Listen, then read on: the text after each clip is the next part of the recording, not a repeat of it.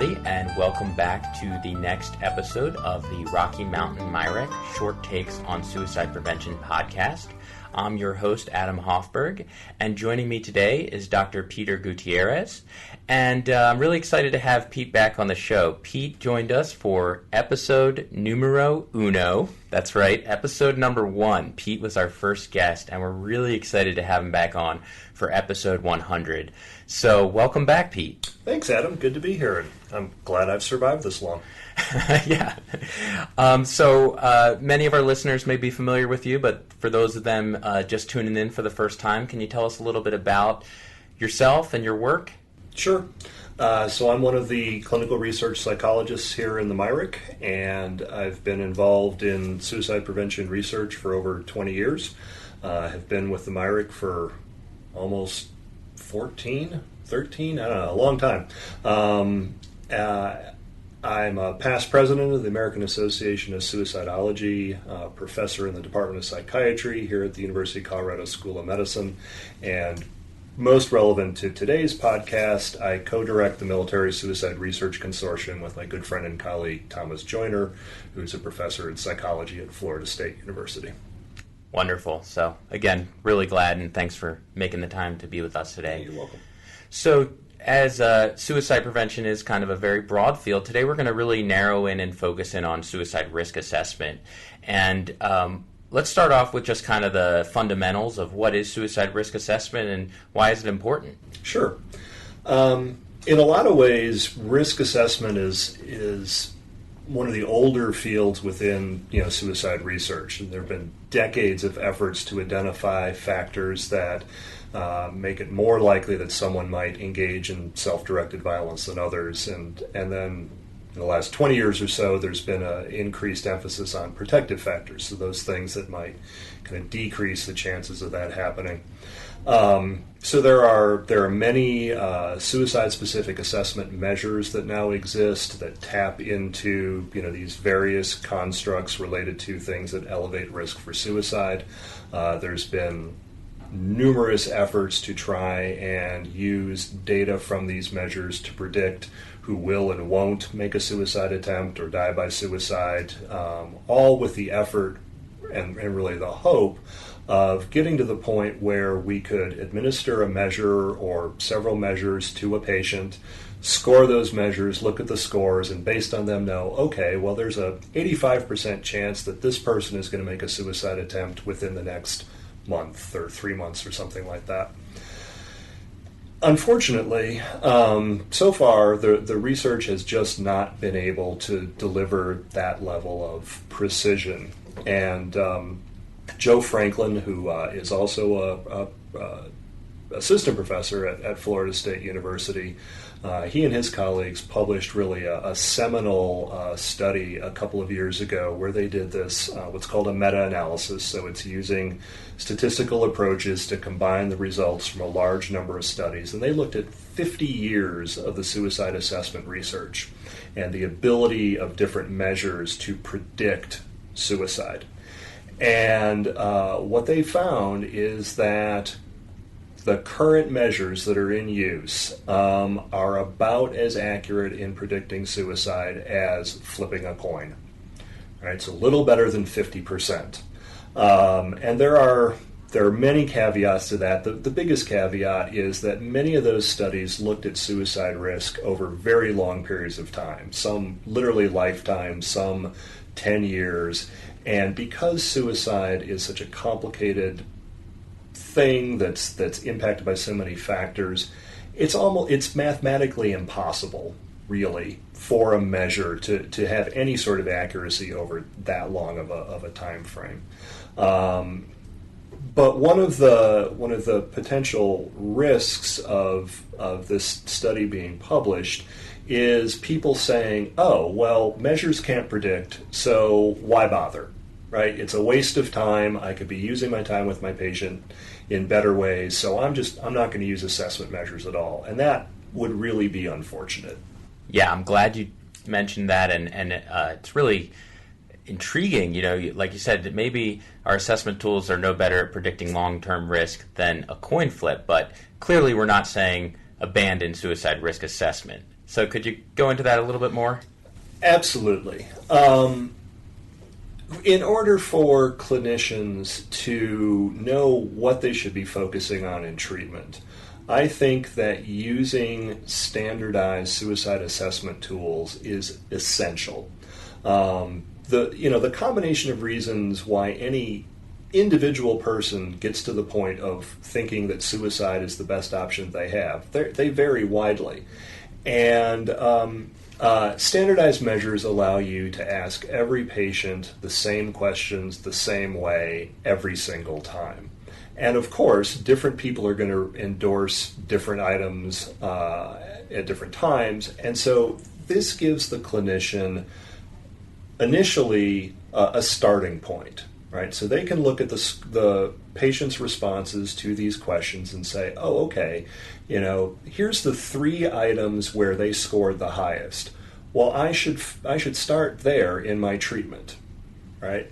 Mm-hmm. So if you re-administer measures throughout the course of treatment, it also gives you a way to empirically track if your interventions are being effective. Because presumably if you score very high on 3 measures and we're focusing your treatment on those 3 constructs and the treatments are working, your score should go down, right? And if they do, and you're also reporting you feel better and you're thinking less about suicide, then we have converging evidence that says this treatment is working, you are less suicidal than when you started, this is a good thing, and I'm not as worried about you, right? Mm-hmm. On the other hand, if your scores don't change, or if they go up, then that says to me, something's not working here. And so that gives us the opportunity to make adjustments to how we're trying to help you based on good empirical data. So even if that measure that I'm using can't tell me how likely you are to make a suicide attempt next year, it can absolutely tell me if I'm on the right track with treating the reasons that you and I think are making you suicidal.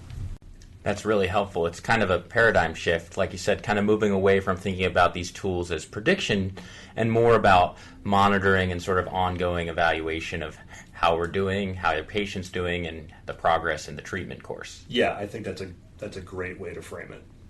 Excellent. So I think that's a nice sort of introduction into what we're going to talk about today, which is some really recent research that you have completed. And could you just tell us a little bit of background on the study and why you pursued it? Sure, I'd be happy to. So this is a study that my colleague Thomas Joyner and I were the principal investigators on. It was funded by the U.S. Department of Defense, and it was a suicide assessment study.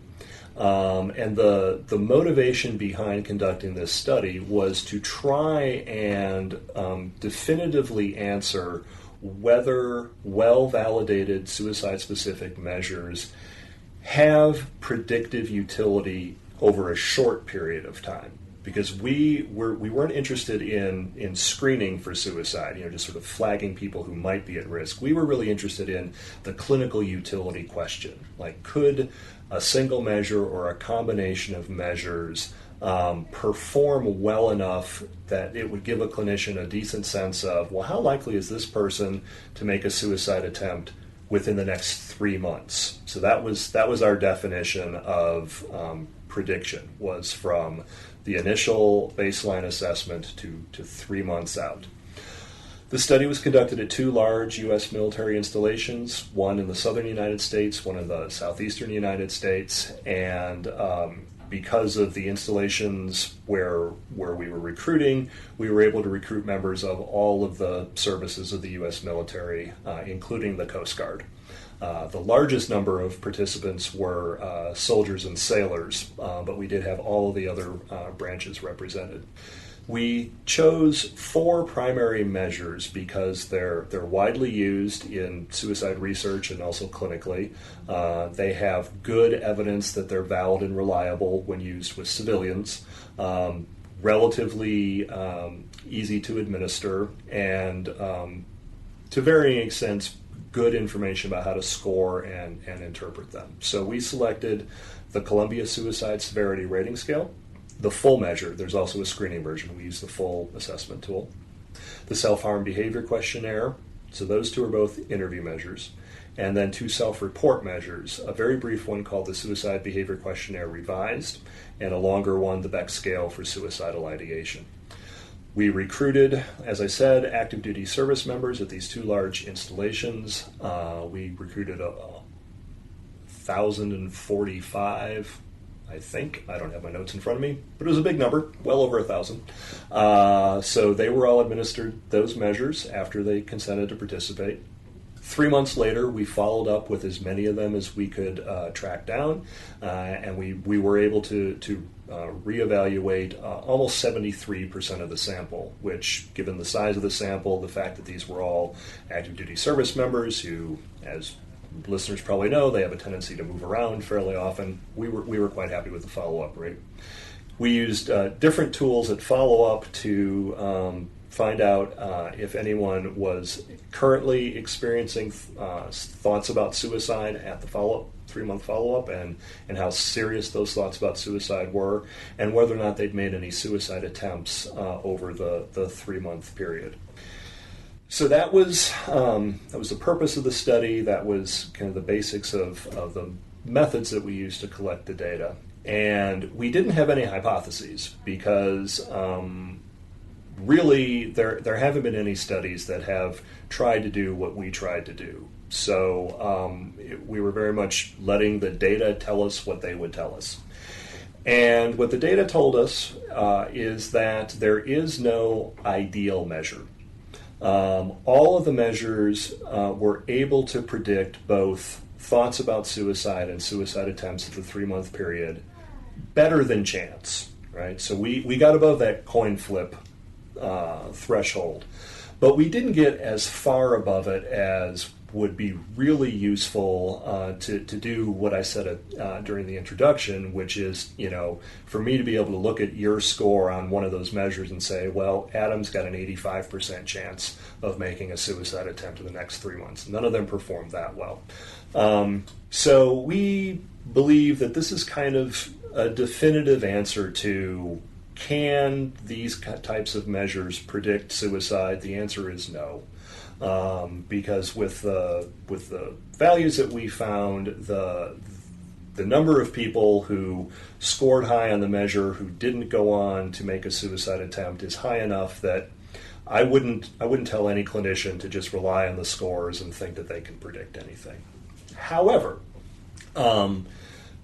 because this was the first time that any of these measures have been looked at in this way with service members, we confirmed that these are absolutely viable measures to use in routine clinical care of service members who are suicidal. And our lab have done analyses with some other data looking at how measures perform in service members compared with veterans, and those data very strongly support that they perform equally well. So we are confident in saying that the results that we got with this active duty military sample absolutely apply to veterans as well. Probably to other adult clinical populations, but I don't want to go that far out. So getting back to what we were talking about in terms of, should clinicians use assessment tools? Absolutely. And if you don't currently have a suicide assessment tool that you like, then I would feel very confident in saying to you, you could pick any of the 4 measures that we used in this study, based on your evaluation of cost, ease of use, time to administer, etc. And you could feel confident that the scores on that measure would be useful for you in terms of determining what's driving suicide risk for this patient, where should I focus my intervention, and how can I track improvement in clinical care over time. So we weren't able to say, hey, there's one great measure and everyone should be using it because it can predict. But we are able to say that there is absolutely clinical utility in these measures, and these four in particular. I mean, granted, they're the four that we chose to test. There are other measures that haven't been tested like this. But I hope that this gives listeners like a really strong foundation for deciding what measure do I want to use in my routine clinical practice, because I absolutely believe you should be. Hey everyone, just a quick break from the show to let you know a couple things you can do to help the show get even better. First, write us and let us know what you think. We want your ideas for guests and topics. Write us at rockymountainmyrac@va.gov. Second, click your subscribe button on whatever it is you're using to listen so you never miss an episode. And now, back to the show. Thanks for breaking that down for us. So I wanted to circle back to a couple points you made. One was around the clinical population, and so maybe you could just say a little bit more about the population that you recruited and why that's important in terms of this being an assessment study, not a screening study. Yes, thank you. So in order to be eligible to participate in the study, a military provider had already determined that the service member was at risk for suicide through the standard screening procedures in the clinics where they were seen. And we were recruiting from outpatient behavioral health clinics, from inpatient psychiatric units, the emergency department. So the screening piece had already been done. The extent of risk varied, right, because the different clinics using different screening processes. But every single service member was deemed to be at some level of risk of suicide by a military provider. And so that is why I said this was an assessment study. So this was really looking at clinical utility of measures, not whether or not a measure can detect a non-zero level of risk. Mm-hmm. Okay, that's helpful. And then just keep reiterating this point here that, what your study found is that we should be using suicide assessment measures. We absolutely should. Yeah, none of the measures failed. None of the measures performed so poorly that I would say, well, there's no point. Like you know nothing more by using the measure than by not using the measure. Every single one of them was way better than that. And all of them, had some predictive validity to them. But, like I said, at levels that no emergency room doctor would want to make a decision about whether or not to, hospitalize a patient based on their score on any of these measures, right? If they were being administered in the ED, which I think could absolutely be helpful, how they would be helpful is to pass that data along to the clinician who was going to provide the ongoing care for them, whether that would be initially in an inpatient setting or whether it would be, outpatient mental health or, something like that. Mm-hmm. But you would not want to put in a patient's medical record, administered the SBQR, patient's score was a 12, therefore I hospitalized him. And my next one, the score was a 2, so I discharged him because there's no risk. That would be dumb. Don't do that. Right, exactly. So now that we've kind of, you and your colleagues have sort of reached this next level in understanding what suicide risk assessment tools can and cannot do and how they should be used, where do you see yourself going next with this and sort of stepping out a level? Where do you see the field moving next? I'm very interested in development and testing of suicide-specific interventions, psychotherapy interventions. And where I think that both that field and also the suicide assessment field are going and where they really can converge is in the mental health equivalent of precision medicine. Mm-hmm. Right? So in physical medicine, there have been recent amazing advances in the ability to tailor interventions, for example, for particular types of cancer to the cancer that patient has, to dramatically increase the chances that the treatment will be effective, that the person will survive, go into remission, etc. And I think the suicide prevention field is moving in that direction as well. And I think that one of the ways that can happen is by using suicide assessment tools in the ways that we've been talking about to figure out which available evidence-based treatment is most likely to be effective for that particular patient based on their constellation of risk and protective factors. And if we can provide precision medicine to treat suicide risk, I think our chances of preventing more suicides, of reducing more patient suffering, I think they both go up. And so that's really what I'm excited about and where my work is moving, and where I think that results of our study can be quite helpful. Wonderful. Well, I love this idea of precision medicine being applied in suicide prevention care, and I'm so excited to learn more about it. And I really think we're going to have you back, Pete. All right. Well, we'll see if it's episode 150 or 200. It depends on how long it takes to do the research. Great. Well, we'll definitely be here for you. I look forward to it. Excellent. Well, folks, that's going to wrap it up for today. We appreciate you all for tuning in. And, of course, as always, we're here to answer any questions, or if you have any comments or reactions, thoughts, we'd love to hear from you. And if you like what you listened to today, please give us a follow, share with your colleagues, share with your friends. And until next time, join us for more interviews on important work in suicide prevention. Thanks for joining us today on the Short Takes on Suicide Prevention podcast. The podcast is made possible by the generous support of the Rocky Mountain MIREC for veteran suicide prevention out of the Rocky Mountain Regional VA Medical Center in Colorado. Be sure to visit our website at www.mirec.va.gov/visit19. While you're at it, if you found value in this episode, head over to your favorite podcasting app to subscribe and give us a rating, and spread the word. Tell a friend about the show. Be sure to tune in every other Tuesday for new episodes. Our mission is to prevent suicide and to help veterans build meaningful lives. And when you listen to our show, you see the possibilities.